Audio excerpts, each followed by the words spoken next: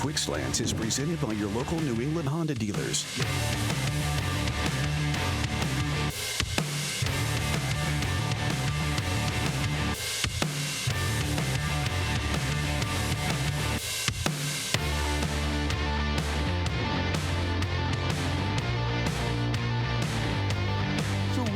Sweet, sweet music.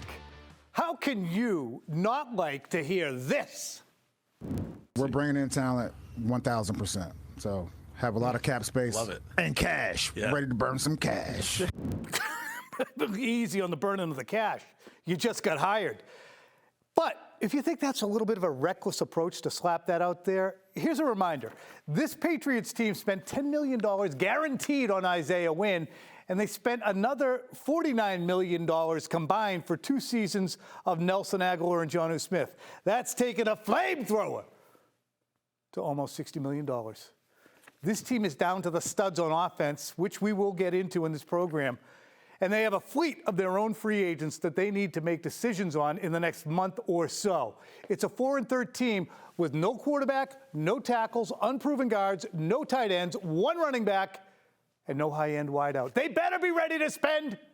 And if you think ownership isn't going to do it, I want to roll it back and have you remember pre-Belichick.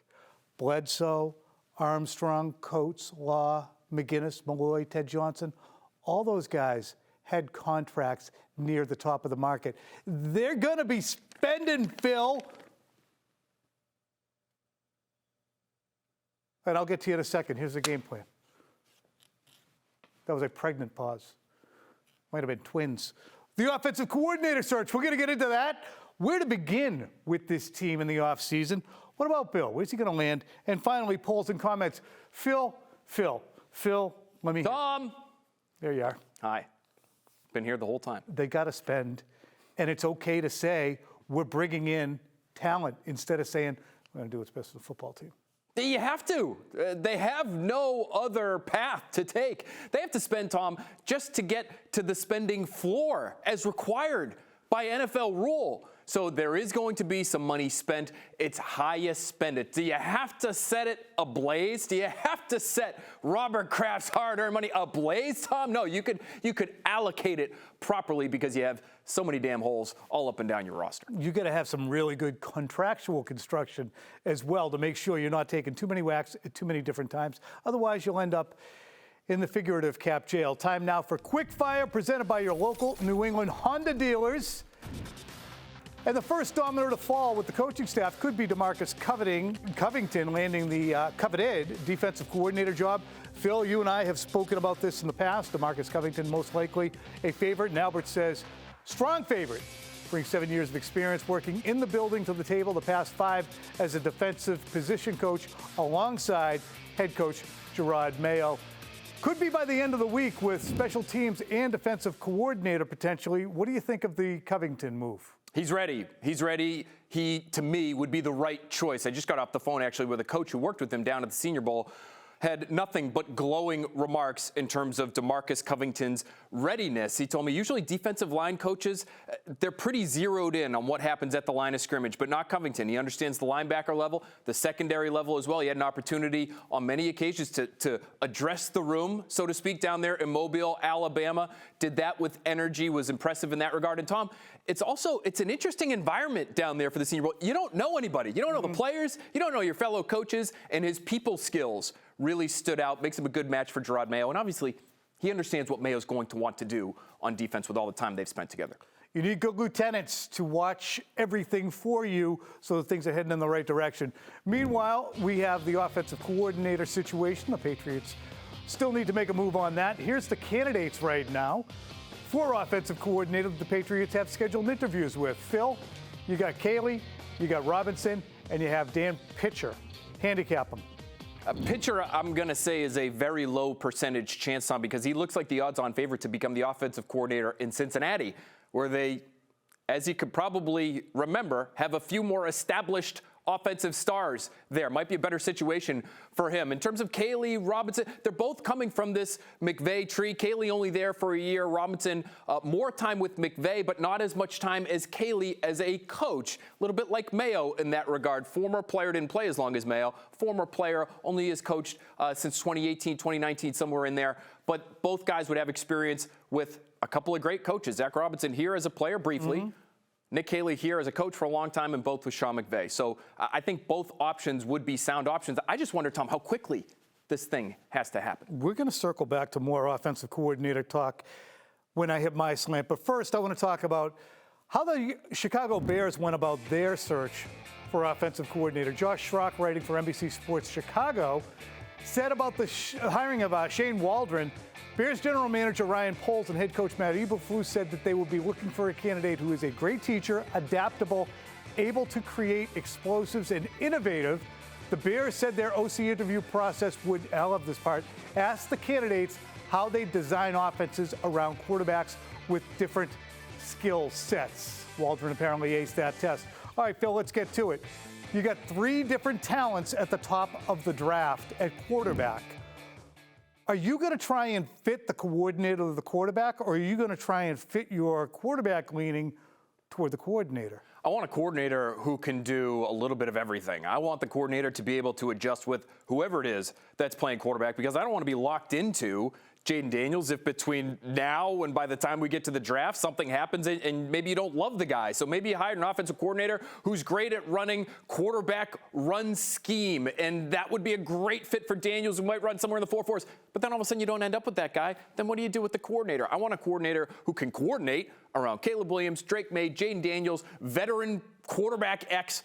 They have to be flexible on that end, because you still don't know, and you won't for a while, who your quarterback's going to be. Speaking of which, Mel Kiper, a pretty good barometer of where things could be headed in the draft, had a little bit of a surprise in his first revealed mock draft. The ESPN analyst has Jaden Daniels as the number 2 quarterback prospect going to the Washington Manders. Caleb Williams 1 to the Bears. That means Justin Fields could be moving elsewhere. Drake May 3rd to the Patriots. Phil, you're a mock draft Nick yourself, if you don't say so. I will. What do you think of that stagger at the top? It makes a lot of sense to me. I think there are going to be plenty of teams that have Jaden Daniels ahead of Drake May. And so the fact that he goes 2 in Kiper's mock and not at 3 over Drake May really doesn't stun me. Tom, I think the rest of the world is just sort of catching up to just how special a season Jaden Daniels had. 40 touchdowns, 4 picks, the best runner at that position in this year's draft class. Now, Drake May has plenty of physical gifts of his own, and he's actually 2 full years, just about 2 full years younger than Jaden Daniels. So you can envision maybe a ceiling with May there where Daniels might already be closer to his. I don't know what you would prefer. I think both options, honestly, Tom, given where the Patriots are, would be good options for New England. Really quickly, we've heard folks, Tony Maz, for instance, on my drive in today, mentioning, look, I don't want the 3rd best quarterback in a draft. I don't want to take somebody in the top 5. Traditionally, they're busts. I just don't understand why history from 1995 and Achilles Smith, or Ryan Leaf at number 2, or Rick Meyer in 1993 at number 2, should be relevant to this particular group. I don't understand that either, and I find it funny. Oftentimes, the people you will hear making these kinds of arguments, and I'm not sure if Tony Maz fits into this bucket, will also argue when coaches look at the analytics and they say, well, in the NFL since 1975, 4th and 1 from their own 40, that's convertible 45% of the time. You should go for it. And we all kill coaches for making decisions like that. This would be the same sort of logic, only applied to the draft. So don't do that. Evaluate the players. Everybody in the world, aside from the Ravens apparently, missed on Lamar Jackson. It is possible to get quarterbacks who can play, who aren't the 1st or 2nd quarterback taken. And if your hands are sweating about a quarterback at number 3, imagine how they'd be sweating at number 8. Real quick, we got last one here, Bills landing spots. Here's a bunch of the different places that have already filled. Panthers, Falcons, Commanders, and Seahawks still hanging out there. Phil, is there still an opportunity for Bill out there? Where's he going to land? Boy, I would love for him to somehow land in Buffalo. Can we make that happen somehow? I don't think Sean McDermott's going to be out of a job. But if he was, just get Bill up to Orchard Park, New York, and let him coach in the elements. Let him coach Josh Allen. Let him coach against the Patriots. twice a year. I still think he's going to end up in Atlanta. I think that's the best marriage of all the options available. Boy, if Buffalo became an option, Tom, ooh, that'd be good. Yeah, and I'll tell you, too, Atlanta is the best option. They have skill position players. Bill doesn't have to draft those. They have offensive linemen who are good. They have a safety in Jesse Bates who's outstanding. They have pieces in place, including upwards of $50 million in cap space and the 8th overall pick. It is the best place for him to land. Meanwhile, from the stands, coming at you right now, this was the question I put out to you folks. We got 4,000 even votes. Which quarterback would you prefer the Patriots wind up with? Don't talk to me about who's available when, just which ones do you like best? Jaden Daniels, preferred pick, 31%, saying Caleb Williams, Drake May at 25. There's 7.2% of the folks saying other. Here's our comments. Our guy Patrick said I would be A-OK with May. But the true apple of my eye is Jaden Daniels, his game-breaking ability, something highly coveted by NFL teams, and it would be something never before seen in Foxborough, at least since Malik Cunningham was here. Drake May, he's got a rocket launcher, and he moves well. Daniels doesn't have the arm. He's 24, and Caleb has some massive makeup concerns. He's 23, but okay. Massive might overstate it. We don't know if they're massive, but they're just you get pause. Meanwhile, new era. If he's available, you got to take Caleb. Watching him play is jaw-dropping. He's not wrong about that. And someone would breathe new life into this team. If not him, then definitely Daniels. All right, Phil, coming up after the break, we're going to go to a deep dive on the offense. What do the Patriots have? What do they need? Where do they go? Where do folks stay to find out? They stay right here. Potential, brought to you by Dr. Matthew Apresti. Look younger, feel younger, get your hair back with Leonard Hair Transplant Associates. I did. Look at my mop. All right, here's the Patriots. It's what they have in the draft coming up. You got a lot of artillery to go out and get it, and you also have cap space of $66.1 million. Ladies and gentlemen, it is now time for my Slants. I want to know who the OC is. You want to know who the OC is. Want to know what the OC will want to know? Who he's coaching. Let us run through for a moment, position by position, how many players the Patriots have under contract that would be considered top 15 in the league at their position. Quarterback, none. Tackle, under contract, none. Guard, none. Cole Strange maybe sniffing around 20. Center, David Andrews, we'll give you that. Tight end, none under contract. Running back, Ramondre Stevenson, probably in the top dozen or so. X receiver, that's Devontae, none. Y receiver, that's your slot, DeMario. Okay, we'll give it to you. Z receiver, Juju or Keyshawn Boutte, whoever you want, neither one qualifies. So if the new offensive coordinator has a vision for building his offense around the center, running back, and a slot receiver, hire his ass. If not, the vision's going to have to wait. To borrow the always apt shopping analogy from Bill Parcells, they aren't at cook the dinner stage yet. They haven't even laid out the groceries on the counter. They're on their way to the supermarket, ladies and gentlemen. They have to find a resourceful shopper. But a coordinator does more than just draw up the plays. Here's the thing. The job is in the name. He coordinates everything. It's the meetings. It's the coaches. It's the atmosphere. It's what they're taught, how they're taught, the speed at which the install goes. When they are ready to go to the next thing, he decides. Then you can talk about philosophy and style. So you have a rookie head coach and a rookie offensive coordinator with an as-yet unnamed GM. Phil, that's a mountain of work, and I start to wonder, should there be a veteran offensive coordinator in here or not? I mean... Listen, there is certainly merit to getting a veteran OC in here, maybe even somebody who's been a head coach before, Tom, just to help you coordinate, as you point out. What I would say, though, is if you look at the recent history in the league, very recent history, you can have success with a rookie coach and a rookie offensive coordinator if you have the right pieces around you. Look down in Houston, DeMeco Ryans, rookie head coach. Bobby Slowick, rookie offensive coordinator. Great year with C.J. Stroud. In Detroit, Dan Campbell, young head coach. Ben Johnson, young offensive coordinator. Started there a couple years ago. They're having all kinds of success in Detroit. They're still playing. And how about Miami, where the head coach is also basically the offensive coordinator and Mike McDaniel. And though they disappointed this year, especially down the stretch, I think you'd have to say their offense is pretty good.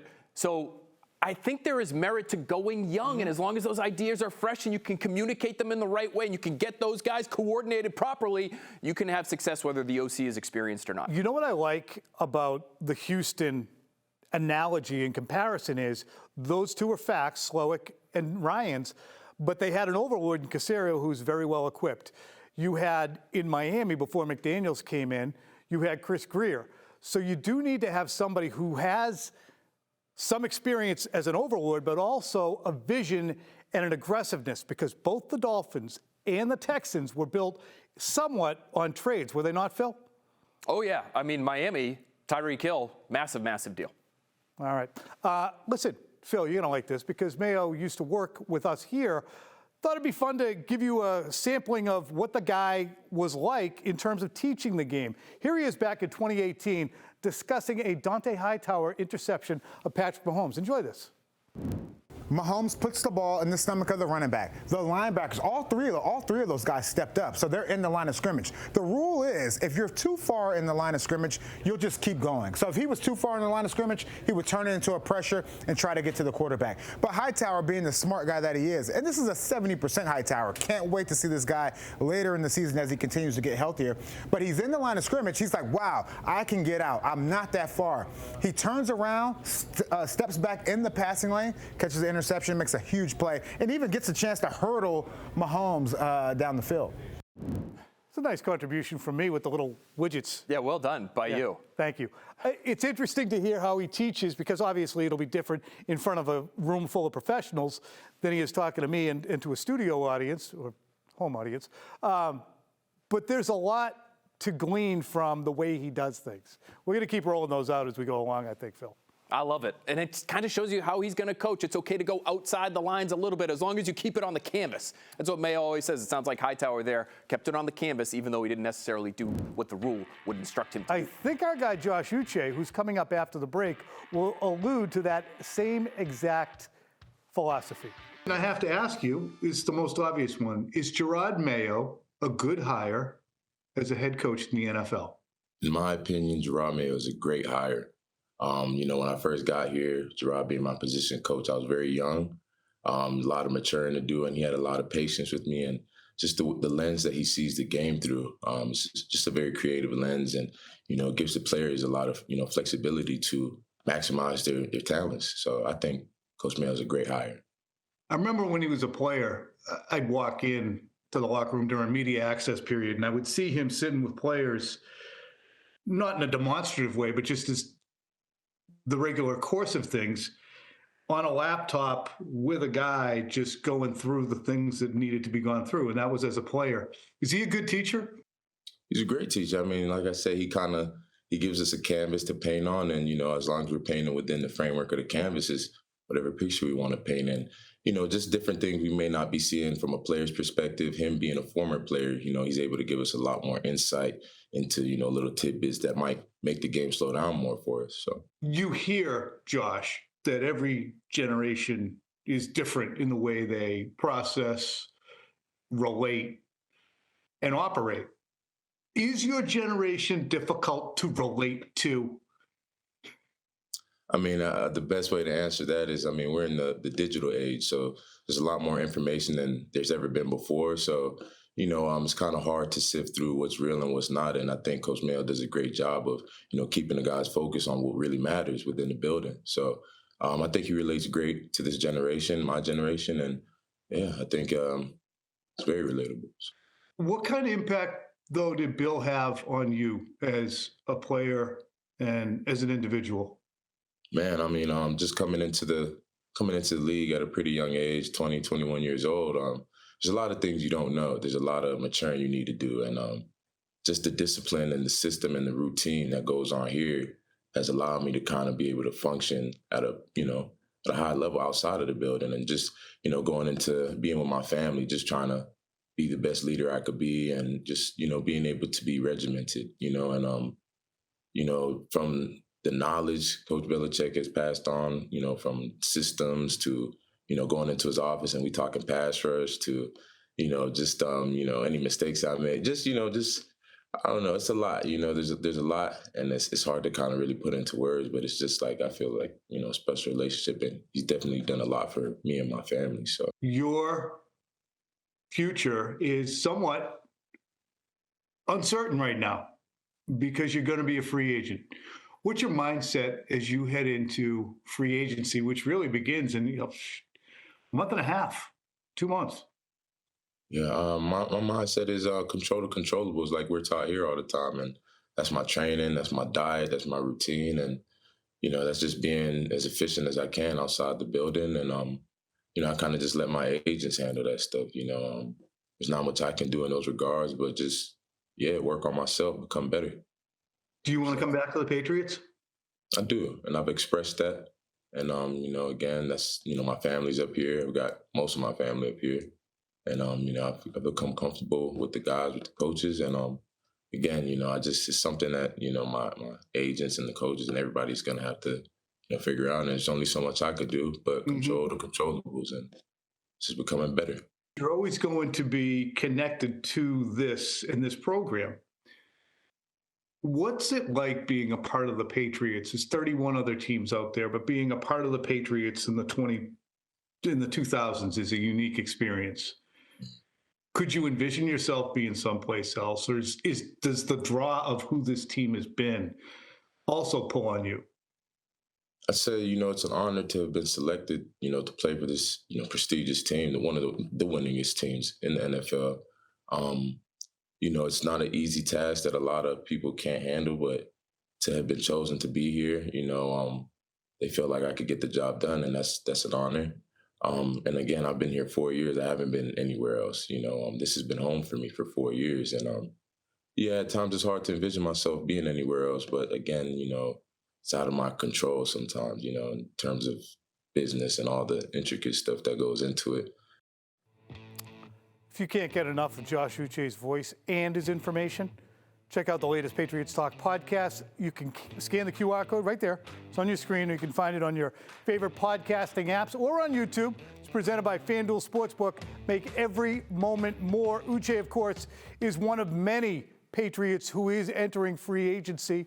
Maybe not coming off a great year because nobody down there had a great year, but it's Uche, it's Onwenu, it's Duggar, it's Hunter Henry. A lot of questions for the Patriots to answer. They need to start getting answers in-house and then ripple out towards bringing in the players to help them fix things. Bye-bye.